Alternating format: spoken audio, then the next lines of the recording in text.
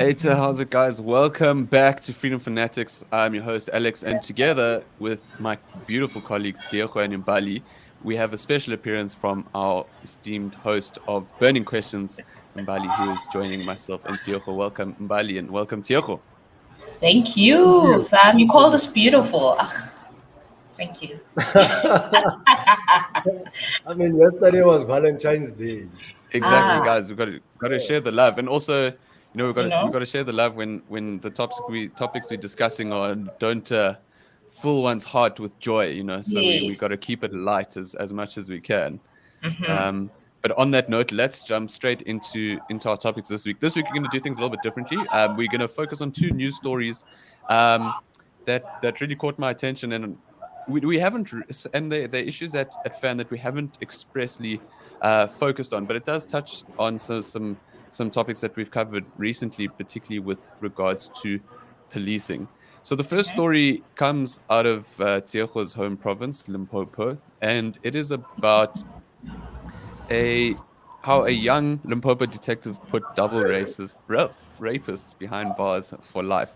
Now, this story caught my attention because it we spent a lot of time sort of speaking about how lackluster the police force is. We spoke recently about the missing firearms in many of South Africa's police stations, and I think one thing that struck me about the story was that we often hear about this debate around gender-based violence, um, and it's not something that we actually talk about a hell of a lot. Yeah. But so this story, I'm just gonna read some aspects of it, and essentially, uh, Detective Sergeant Mulalo Yvonne Manua uh, helped bring to book a rapist who had raped two women, and he actually had raped the one woman during his trial for a previous um, for a previous sort of instance. So Offense, yeah. so these took place over 2 years, and what's quite interesting about the story is that the reason the police were able to make the arrest was because community members had tipped off the police. Yeah. So he was arrested at his workplace. People said, "Look, this is a guy from the village. We know who he is. We know where he works." Yeah. Um, and the police then fulfilled their mandate, went through, arrested him, took him to trial in Musina, um, and he was convicted. Yeah. So in this instance, Tioko, I'm going to start with you. Is that is there hope? I think, let me put it like this: is there hope for policing on a local scale when you have honest honest policemen for starters, but also who work and are from the communities that they are trying to keep safe? Well, I think first and foremost, this is a very sensitive topic, of course. Mm, But I think no matter how sensitive a topic may be, we should remain honest, right, in our analysis of mm, situations. First and foremost, after I read the article for the first time yesterday, mm, and I found myself wondering why did the author of this article feel the need to write such an article? I think it's a good story to tell, but mm, I So, wonder if I wonder if we should be applauding the police for simply doing their job. I mean, it's what should happen on an ordinary basis. We don't go to departments applauding every cleaner because they clean properly on a daily basis. They are doing their job properly. This mm, should become the norm. Police yeah. should be working like this. Police should be listening to communities. There are many instances whereby communities would report a certain individual, give police all information, and the person just happens to get out of the situation somehow. Of course, mm, we know how deeply corrupt our police generally are in South Africa. A lot of these people pay off the police, and somehow their dockets get lost and everything. So I think, yeah, mm, this is one particular story. It's commendable that what has been done, but Yeah. it's what should be happening, and Yeah. we shouldn't as citizens be accepting anything less than this mm, from the police. It's their job, and they should continue doing it. And in fact, for the most part, they should improve their job and do it with more diligence than they have been doing it. Yeah, I mean, I guess we've just come to expect such a low standard of service as citizens from a police force. We mentioned on previous episode that the private security force is 3 times the size of SAPS. So there's something really lackluster, and people are literally outsourcing that responsibility to competence. But I think before I jump into another angle of this, Mbali, I want to bring you in here from the perspective of this idea of combating gender-based violence. I think what's interesting here is this is a female sergeant. So maybe the issue for her is much closer to home and maybe resonates more. From your thoughts regarding where does this fit into tackling gender-based violence as an issue? Because it's obviously not, as Tshwane mentioned, it's not straightforward. There are a lot of issues that go into this. But is this at least like a little bit of a silver lining as to beginning to kind of attempt to tackle the problem? I think as Diego said, why are we just, uploading this one good story that, this lady got to convict a 2-time rapist? And I'll answer your direct question. But what irked me, what stood out for me is that this person was arrested, and then his boss essentially, he's the one who bailed him out, knowing that this person raped someone, and your boss then bails you out. Fast forward, okay, obviously the lady that you're talking about, I think it was very close to home. Hence, she made it her job to actually make sure that this guy's behind bars. And she actually, I think she mentioned in the article that it didn't make sense to her as to this person, I think I stand to be corrected, ±6 days in jail for the first time when he was arrested. And the second time they then arrest him, I think it is a step in the right direction, but I don't think these are the kind of things we should be praising. Definitely, it's great that it's done, but I don't even think it's a step in the right direction. There's a lot that we need to do in order to lower the level of GBV in South Africa. There's a lot that needs to be done, but I think kudos to her for doing that. I wish a lot more of our detectives can take these stories and make sure justice is done for the victims. Yeah, absolutely. I mean, I think it's good. I think we've got to keep honest about the level of service that we receive, and safety and security, as we've seen in polling, particularly brought out by the Institute of Race Relations, shows that after jobs, safety and security is the most important consideration. It also informs a lot of immigration that we're seeing currently in the country. But I think the one thing that stood out to me from this is that she's been a sergeant for 17 years and she's only 35. And I think, you know what I mean, we've got to keep experience in the ranks of the police. And hopefully this can be some sort of an incentive in a sort of, I mean, it's a drop in the ocean, but I think it's just an interesting thing. It's just for me, just taking a little sort of a journey into, this idea of gender-based violence, policing, linking it to the competency of our public police force. But I think let's leave it there. The next story that caught my attention was the Tshwane, City of Tshwane cutting off power from certain businesses and residents. And I'm very curious to get your guys' thoughts. So I'm gonna run the clip, and then we'll dive into it. So let's have a watch. With just our first story, residential estates are next on the City of Tshwane's hot list. It's been cutting off power supply for default customers. The city says it will continue disconnecting businesses and other government agencies owing money.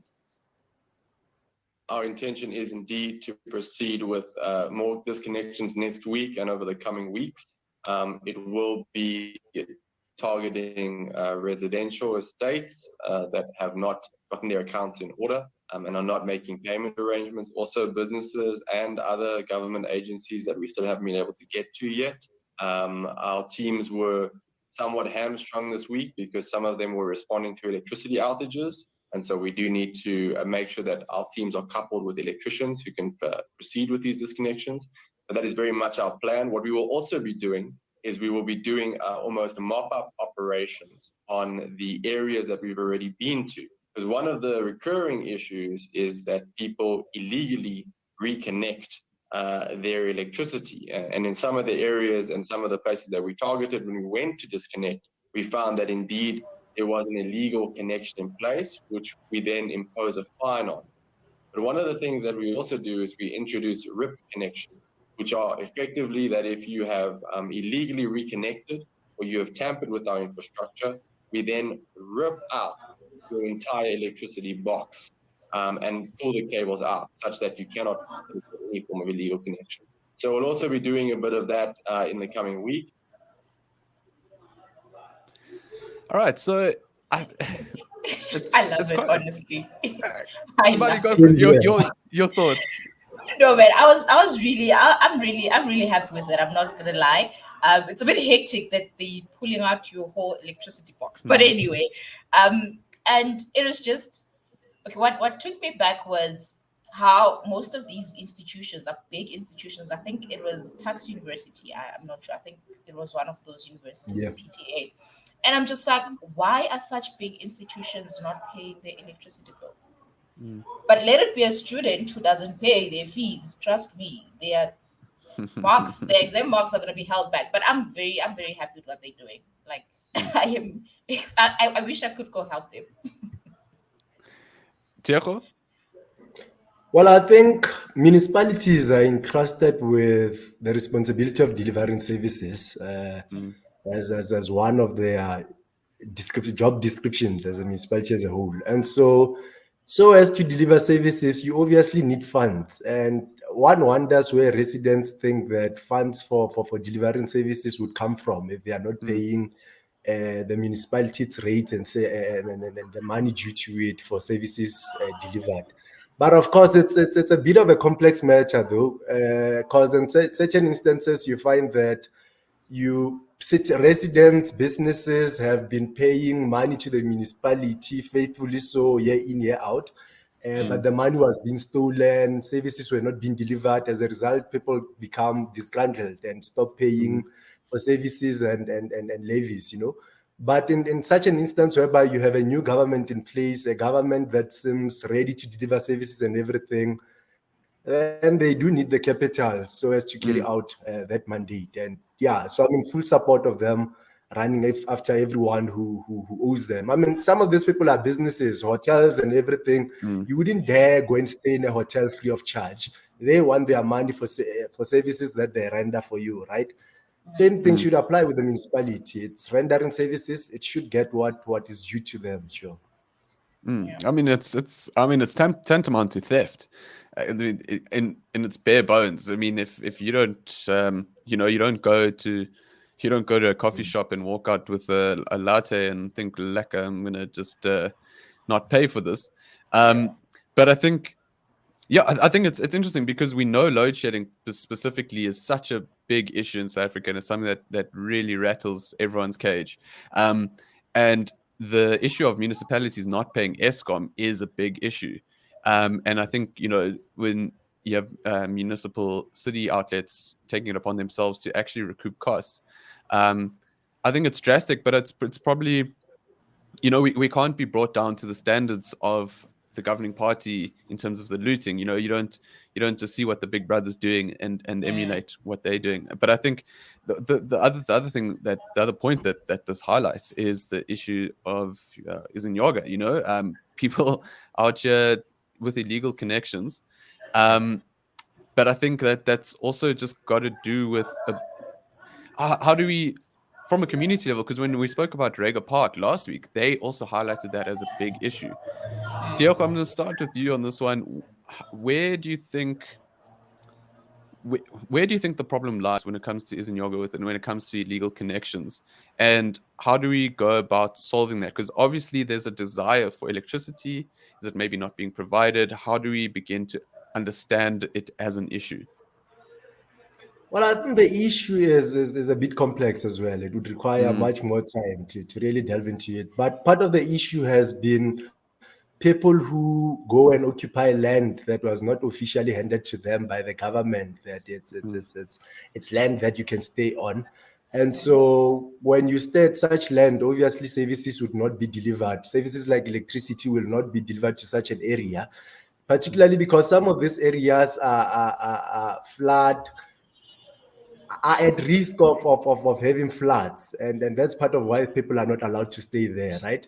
So as soon as people stay in such areas, as per the advice of people like Julius Malema, who have told everyone to occupy land wherever they get it, you stay in such an area, the government does not deliver services to you in such an area because it's not a safe area for any human being to be staying, then such people in a lot of instances end up stealing electricity in layman's terms, really, from other areas. And I think part of the problem has been the community not standing up against such people.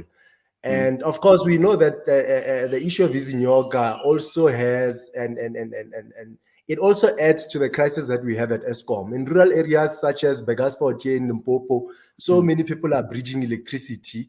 And as a result, the whole thing becomes too much baggage on Eskom's part, whereas such people are not paying for these services and stuff. Eskom then doesn't have enough resources to service its infrastructure and everything. But of course, Eskom has its own issues in itself. But yeah, I was just trying to highlight how complex the matter is. But yeah, a lot of times it's people who are staying in places where they are not allowed to stay, and services cannot be brought there. They end up stealing them and bringing them home for themselves. Yeah, it's almost like a vicious cycle of, you've got people moving to areas probably to look for better opportunities, and the state of service delivery actually just really can't keep up with that demand. But I think on that point, guys, I think let us dive into burning questions. Don't forget to follow Fan at Badger of Liberty. You can find us on Facebook, Instagram, as well as Twitter and TikTok at Badger of Liberty. So without further ado, Mbali is going to lead us through this week's burning questions. Let's go.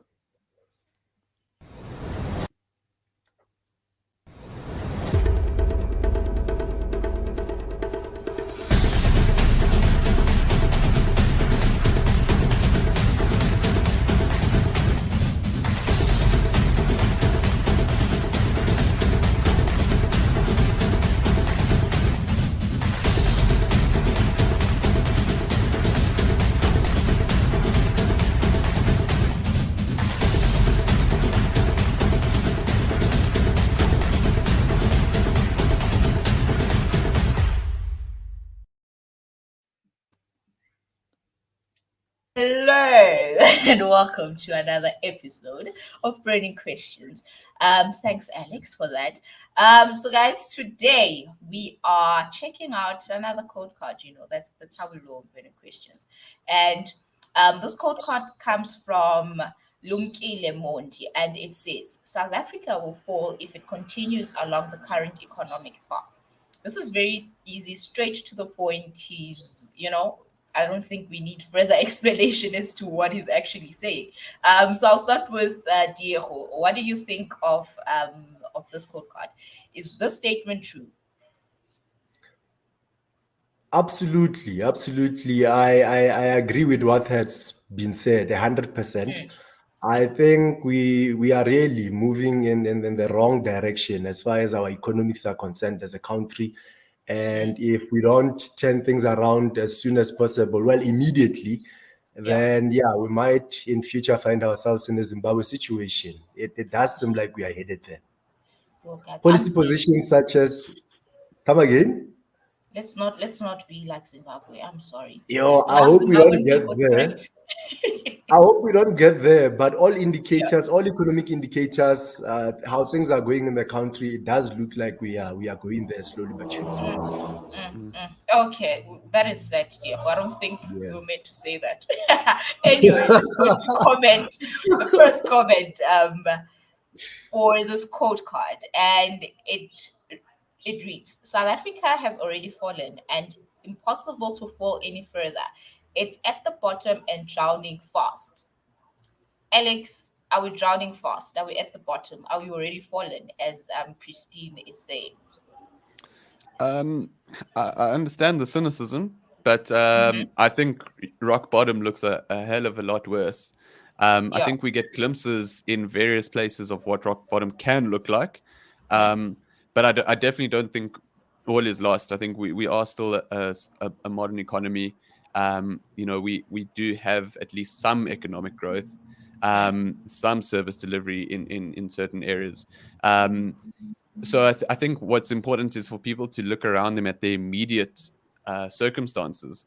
Your personal life. You can get very, very pessimistic about what's happening in the country, and obviously for generation of wealth, their prospects are not good.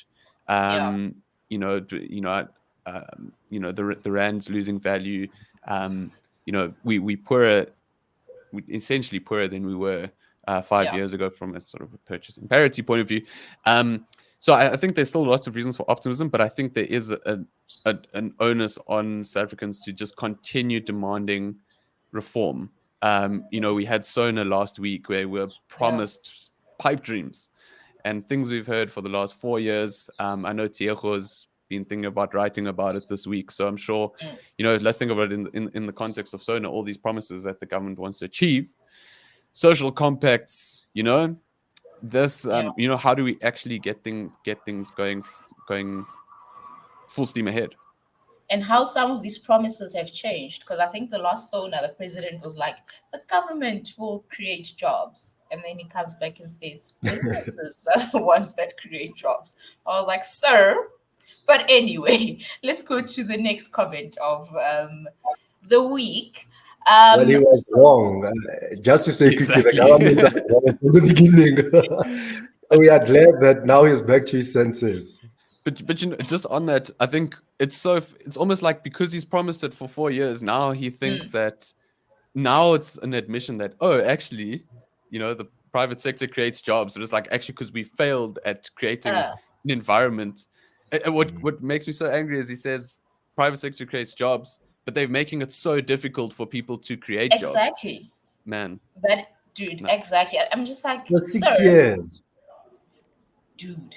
Anyway, let's go to Louise's comment, and it reads, get rid of the deadwood in our party. I hope that is party. Bring in fresh ideas. They've run out of any thought or thinking tanks. Same old, same old. Louise, we here. Think tank, Institute of Race Relations, we here. But anyway, Diego, I don't know, fresh ideas. What fresh ideas do we need in South Africa in order for this economy to come back to life? Well, I don't think we necessarily need fresh ideas. I just think we need the right set of ideas to be pushed in parliament. I don't think the matter is so much the people who are in parliament right now. The matter is much more about what they stand for. So even if you were to bring new people into parliament with whatever fresh ideas, they could still come with fresh ideas that are really nonsensical and carry no weight, Right. So yeah. I don't think we necessarily have to come up with fresh ideas. I think there are ideas that have already been carried out in countries such as Switzerland, ideas that have been carried out in a province like the Western Cape.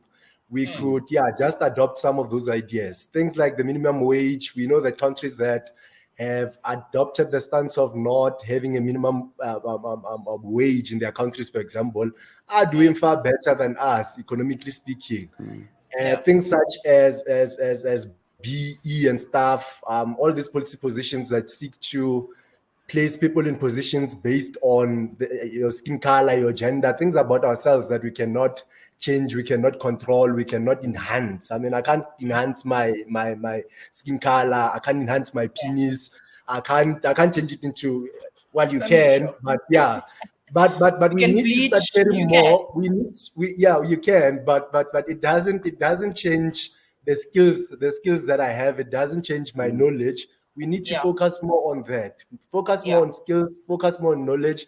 That's what's gonna get us far as a country, rather than this whole nonsensical thing of focusing on private parts and skin colors. It's nonsensical and it must be called out for exactly what it is.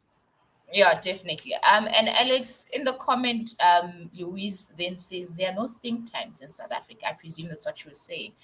There are no think tanks in South Africa. What do you say? What do you have to say about this? And give us maybe a few names of think tanks that you do know, what they're about and what they do.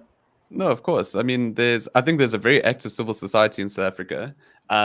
You know, of course, the Institute of Race Relations, which you know we work with. You know, like ourselves. You know, you've got places like the Helen Suzman Foundation, Free Market Foundation. I mean, there's tons. There really are so many. And I think even just ordinary South Africans have better ideas than what's going on at the moment. And I think the one thing is that there were some fresh ideas that came out of Sona last week. Now the government wants to reserve jobs for South Africans only as a means to overcome unemployment levels, but at the same time can't provide enough electricity, and also, like Tiejo says, pursues race-based policies, has onerous labor regulations. You know, it's just like, guys, you're missing the point. It's not about fresh ideas. Look, to be fair, the guiding document of the ANC, the National Democratic Revolution, was drawn up in the 1960s. So I think Kirsten's definitely onto something in that regards. The ideas are there. They just need to, the government just needs to adopt more free market thinking. But, you know, then you start coming into clashing with the idea of cadre deployment, which keeps the ANC moving. So, you know, it's just that there's no political will to actually make things better. Yeah, no, definitely. Guys, let's go to the last comment. Yes, you can carry on. Just jumping in there. I was about to say that I'm one sir. of those who believe that it's insane that we have such taxes in South Africa as well. Things like taxes, the government should look into reducing taxes.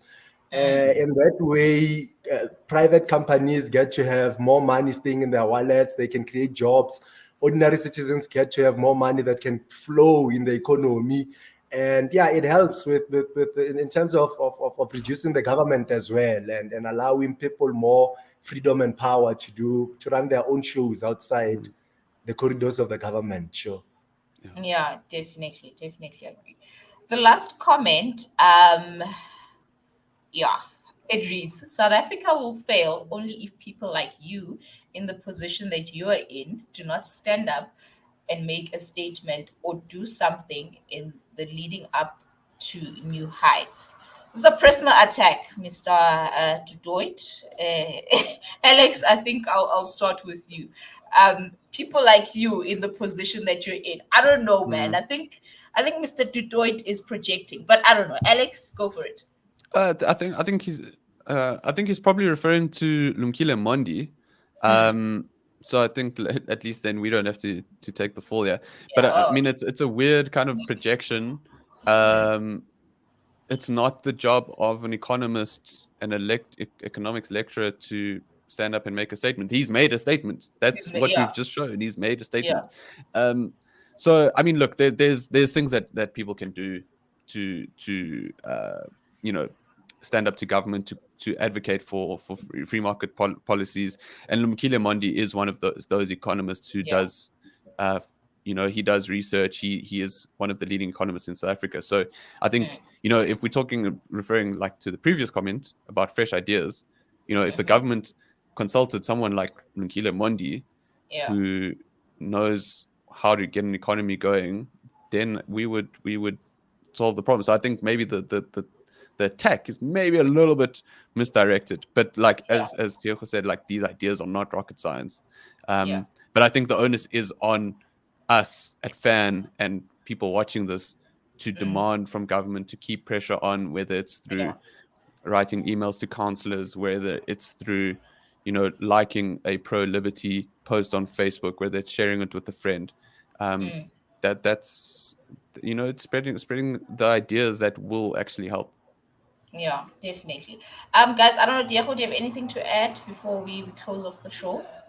Yeah, well, I could just say in short that I think I agree with everything Alex has said. And in addition to that, I think that South Africa will fall if each one of us, every citizen of this country, does not get up and become active, responsible citizens who on a daily basis seek to protect our constitutional democracy seek to protect our economics, how everything is run in the country. So I think it would take each one of us, every citizen, when we get to the ballots, for example, during votes, vote responsibly, number one.